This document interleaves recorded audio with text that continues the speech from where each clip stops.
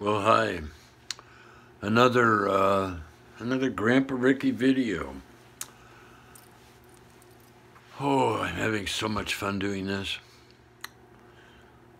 Because I'm having to learn how to do the things I used to be able to do in new ways.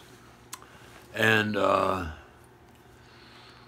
of my teachers, Moshe Feldenkrais and Anat Ben-Yael, and a number of other Feldenkrais workers, taught me that if you only know how to do something one way, you're kind of a slave. You got to figure out 3 ways to do everything you like doing. Because at a certain point, you might not be able to do it the one way that you know how to do it, but you've got to be creative. So I was just thinking about that thank goodness I've released my humor, my self-compassion, and my creativity, and I've come to terms with being worried that I'm not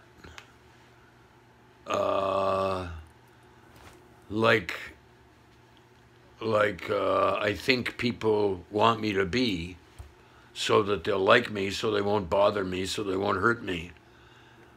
And I've learned to trust myself. It's like, well, whatever comes, I'll deal with it, or it'll work out somehow. Bob Marley's right.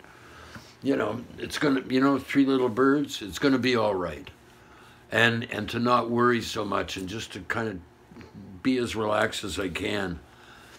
And so this morning, I realized that every time I look at the news, and I try to look at right-wing news and left-wing news, and it's hard work, because that's scary stuff.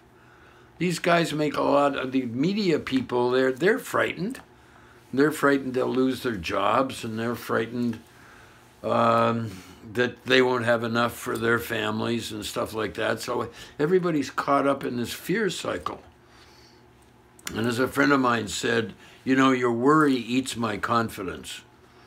And it was my worry about everything was eating his confidence.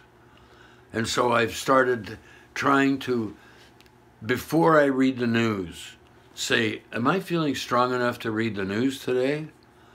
Because, boy, you've got to be a warrior to be able to stay calm when you got all these scary things happening. Especially when Huffington Post doesn't,